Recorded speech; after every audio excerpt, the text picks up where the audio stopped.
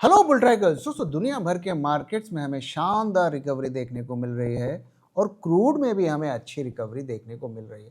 तो कम से कम ये रिकवरी हमें ये इंडिकेट कर रही है कि मार्केट को अब वॉर का डर नहीं लग रहा है। तो क्या हम ये मान लें कि ये वॉर अब खत्म होने वाला है या मार्केट हमें बड़े पेन देने की तैयारी कर रहा है यहाँ पर हमें फंसा कर। तो इस वीडियो में हम बात करने वाले हैं कि क्या ये लड़ाई सचमुच खत्म हो गई है, इज द वॉर ओवर, और इसमें अभी क्या एस्केलेशन अभी भी हो रहा है या वॉर में डी एस्केलेशन हो रहा है, और ये सडन अचानक से ये रैली क्यों हो रही है, और आखिर में हम ये समझने की कोशिश करेंगे कि क्या हम बहुत जल्दी सेलिब्रेशन तो नहीं कर रहे हैं।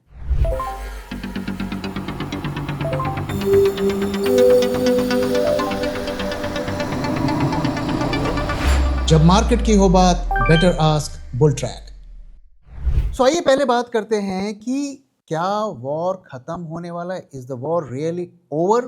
तो अगर आप चीज़ों को थोड़ा केयरफुली इवेलुएट करेंगे तो आपको इसमें जवाब मिल जाएगा। तो पहले हम इस बारे में बात करते हैं कि ऐसा क्या हुआ कि मार्केट में हमें रिकवरी देखने को मिली। उसकी वजह थी ट्रंप का स्टेटमेंट। तो ट्रंप ने सीबीएस न्यूज़ को बोला कि the war is very complete pretty much. उन्होंने ये इंडिकेशन दिया कि वॉर ख़त्म हो गया है। सो उन्होंने बोला कि Iran has no navy, no communication, they have got no air force. और जब उनसे ये पूछा गया कि क्या वॉर इसी हफ्ते ख़त्म हो जाएगा, तो उन्होंने बोला नो, बट साथ में ये भी बोला कि वेरी सून। और साथ में उन्होंने ये भी बोला कि वो कुछ ऑयल रिलेटेड सैंक्शंस को भी जो है हटाने वाले हैं, क्योंकि he said we have already won in many ways. तो उन्होंने विक्ट्री को डिक्लेयर कर दिया, लेकिन थोड़ा कंफ्यूज करके भी रखा कि वॉर चलेगा नहीं चलेगा, कब खत्म होगा। लेकिन ये जो स्टेटमेंट था कि the war is very complete pretty much, इसको मार्केट ने काफ़ी पॉजिटिवली लिया। लेकिन ईरान का स्टैंड दूसरा है। तो वहाँ पर वो क्या कह रहे हैं और क्या कर रहे हैं, आइए इसके बारे में बात करते हैं। तो Iran foreign minister rejected calls for a cease fire. तो उन्होंने सीज फायर को पूरी तरीके से नकार दिया है। We need to continue fighting for the sake of our people. आपको लग रहा है कि कहीं से वो कह रहे हैं कि नहीं नहीं, हम बातचीत करने को तैयार हैं। साथ में उन्होंने ये कहा, you want to ask for a ceasefire again? This doesn't work like this. There needs to be permanent end to the war. Okay? So कोई इंडिकेशन उनकी तरफ से नहीं है कि वॉर यहाँ पर ख़त्म होने वाला है। साथ में जो वहाँ के रिवोल्यूशनरी गार्ड कॉर्प्स हैं, they rejected US claims that its missile program has been destroyed. Trump ने बोला कि हमने उसके मिसाइल्स को तबाह कर दिया है, तो उन्होंने इसको डिक्लाइन किया है। एंड वो कह रहे हैं कि वो और भी ज़्यादा मिसाइल्स को तैनात कर रहे हैं। तो कहीं पर भी ऐसा यहाँ पर देखने को नहीं मिल रहा है कि यहाँ पर वॉर कम हो रहा है। साथ में अब वहाँ पर जो उनके नए लीडर हैं, सुप्रीम लीडर को के मरने के बाद जो नए सुप्रीम लीडर बने हैं वो भी आ गए हैं और उन्हें और भी ज़्यादा हार्ड लाइनर माना जा रहा है। तो कहीं से भी ईरान का जो स्टैंड है वो सॉफ्ट नहीं हुआ है। तो ये कहना बिल्कुल गलत है कि वॉर इज़ ओवर। तो वॉर तो चल रहा है, अभी भी चल रहा है, लेकिन क्या इसमें किसी तरीके का डी एस्केलेशन हुआ है, इसके बारे में बात कर लेते हैं। तो अगर आप देखें कि ऐसा लग रहा है कि डी एस्केलेशन तो नहीं हुआ, एस्केलेशन ज़्यादा हो गया। तो क्या हुआ है, पहली चीज़ कि यूएस ने सऊदी अरेबिया में अपने जो नॉन एसेंशियल एम्प्लॉयज़ है उनको वहाँ से जाने को बोल दिया है।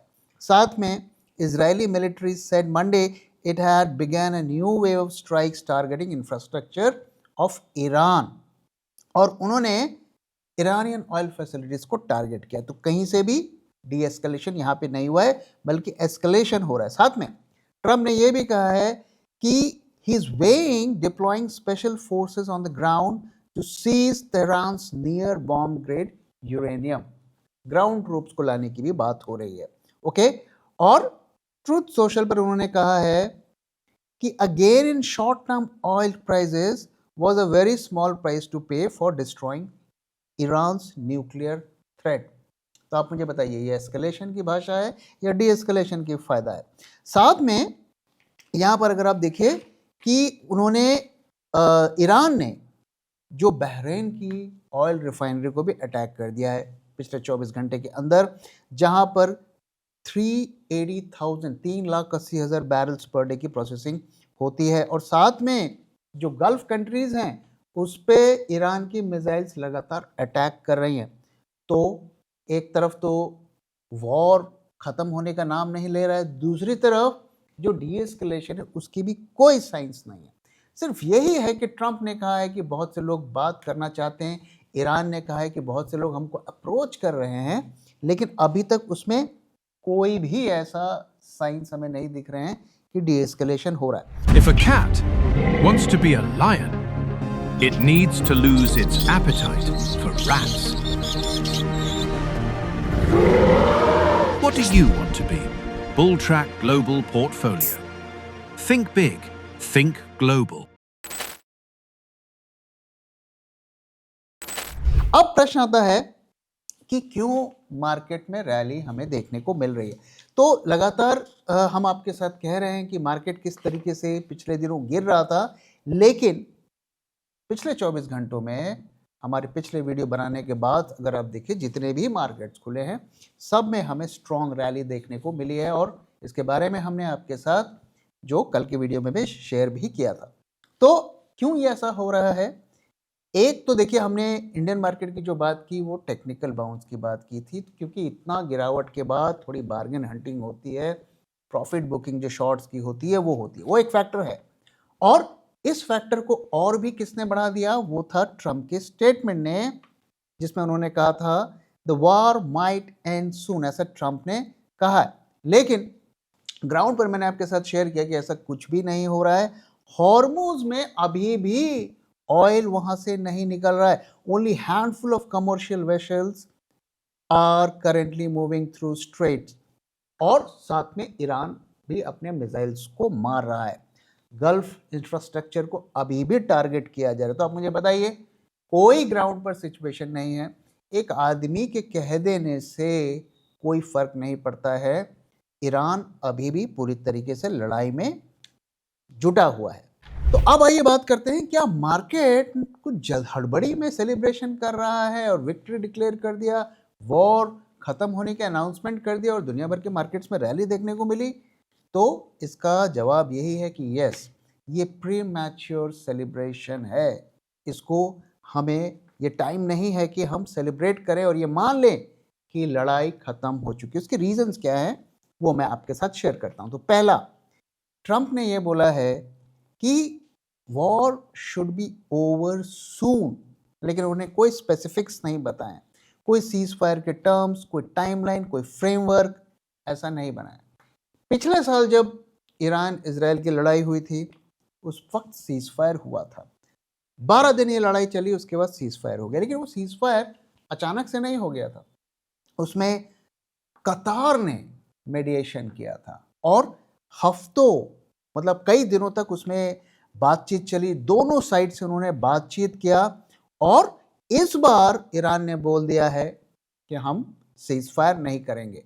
उन्होंने साफ मना कर दिया। तो अमेरिका अगर नहीं लड़ना चाहता है वो लड़ाई से निकल जाए, लेकिन ईरान अमेरिकन ठिकानों को और इजराइल के ठिकानों को मारता रहेगा, ऐसा ईरान का कहना है।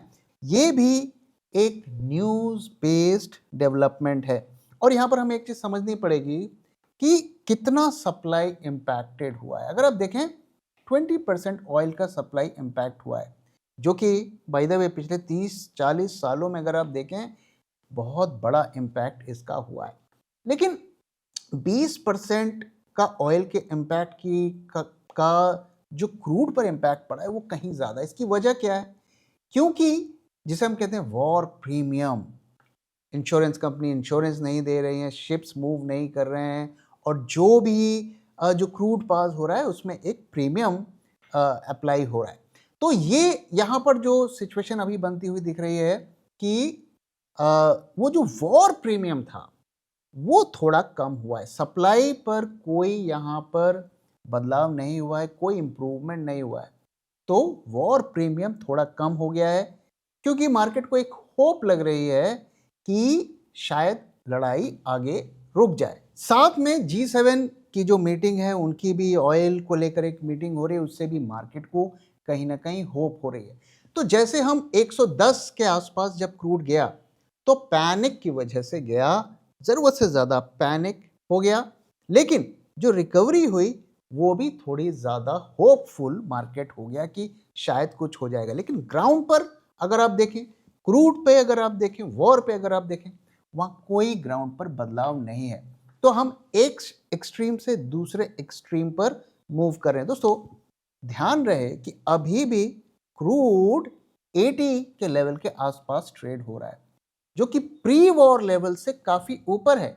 हम 60-65 से अभी भी काफी हाई लेवल पर चल रहे हैं और सस्टेन हो रहे हैं। इसलिए जब तक रियल नेगोशिएशंस ना हो जिसमें ईरान इन्वॉल्व हो, तब तक सीज फायर और ये वॉर रुकने की हमें नहीं सोचना चाहिए। इसलिए अभी जो हमें ये देखने को मिल रहा है, इसे फिलहाल एट द बेस्ट जो है हमें एक टेक्निकल बाउंस मान के चलना है और आने वाले दिनों में देखना है कि क्या वहां पे हो रहा है। अब यहां पर अगर हम मार्केट्स को देखें तो कल के दिन अगर आपने हमारे वीडियो को देखा तो हमने आपको कहा था कि 2% की रिकवरी हमें देखने को मिलेगी। उस वक्त प्राइस करीब 23,900 के आसपास थे और इस वक्त अगर आप देखें तो निफ्टी का प्राइस करीब 24,261 है। तो करीब करीब 350 पॉइंट की रैली हो गई है। तब से हमने आपके साथ शेयर किया था कि 400 से 450 पॉइंट का बाउंस हमें देखने को मिल सकता है और इसकी स्ट्रॉन्ग पॉसिबिलिटी है कल भी शायद गैप अप खुले। लेकिन मैं बहुत ज़्यादा फिलहाल अभी कॉन्फिडेंट नहीं हूं कि ये रैली बहुत लंबी खींचने वाली है। कितने दिन चलेगी वो तो हमें डे बाय डे देखना पड़ेगा, लेकिन ऐसा लगता है कि हम जो है करीब 24,500 के आसपास तक इस रैली ज़्यादा से ज़्यादा जा सकती है। हमने आपके साथ 400 से 450 पॉइंट का हमने आपके साथ शेयर किया था। अभी अगर हम आज का डेटा देखें, आज के डेटा में अच्छी चीज़ क्या है और बुरी चीज़ क्या है। अच्छी चीज़ ये है कि आज के डेटा में निफ्टी फ्यूचर्स का प्रीमियम बढ़ा है, लेकिन OI एडिशंस अभी भी काफ़ी कम है। कल के दिन अगर हम देखें तो करीब 30,000 कॉन्ट्रैक्ट्स ऐड हुए थे। FIA की इंडेक्स शॉर्ट्स की पोजीशंस भी काफ़ी ज़्यादा बढ़ी थी, लेकिन आज अभी अगर देखें तो बहुत माइनर OI एडिशन हुआ है, प्रीमियम में ज़रूर राइज हुए हैं। तो ये हमें क्या बता रहा है कि आज के दिन शॉर्ट कवरिंग हुई है। तो ये शॉर्ट कवरिंग ड्रिवन रैली हमें होती हुई दिख रही है और एडवांस डिक्लाइन रेशियो काफ़ी अच्छा है, पुट कॉल रेशियो भी ठीक ठाक है, लेकिन जो फ्यूचर्स का डेटा है जहां पर FIAs की बड़ी शॉर्ट्स की पोजीशंस बनी हुई है, वहां पर बहुत ज़्यादा इंप्रूवमेंट होता हुआ हमें नहीं दिख रहा है। तो इस एक दिन के बाउंस को हमें बहुत सीरियसली नहीं लेना चाहिए, भले ही वो पूरे ग्लोबल लेवल पर हो। जब तक, मैं बार बार ये बात कह रहा हूं कि जब तक किसी सीरियस डिस्कशन में ईरान इन्वॉल्व नहीं है और ईरान की तरफ से ये नहीं कहा जाता कि हम बातचीत को रेडी हैं, तब तक आप सीज फायर को ना माने। ट्रंप ने आज कुछ अच्छा कहा है, कल वो कुछ बुरा भी कह सकते हैं और अगर आप इस होप में बड़ी पोजीशन सभी बना रहे हैं कि सब कुछ ठीक हो जाएगा, तो कहीं ऐसा ना हो कि आगे जाकर वो आपको बड़े लॉसेस भी दे रहे। इसलिए थोड़ा ये वक्त सावधान रहने का है और उन्हीं स्टॉक्स पर आप पोजीशंस बनाएं या एवरेज आउट करें जो अच्छे फंडामेंटली साउंड स्टॉक्स हैं। अदरवाइज अभी ये मानकर मार्केट में पैसा ना लगाएं कि सब कुछ ठीक हो गया है। तो दोस्तों इसी के साथ इस वीडियो को मैं यहाँ पे खत्म कर रहा हूँ। वीडियो कैसा लगा जरूर बताइएगा, अपना फीडबैक भी शेयर करना मत भूलिएगा। Thank you very much for watching, thank you for your time.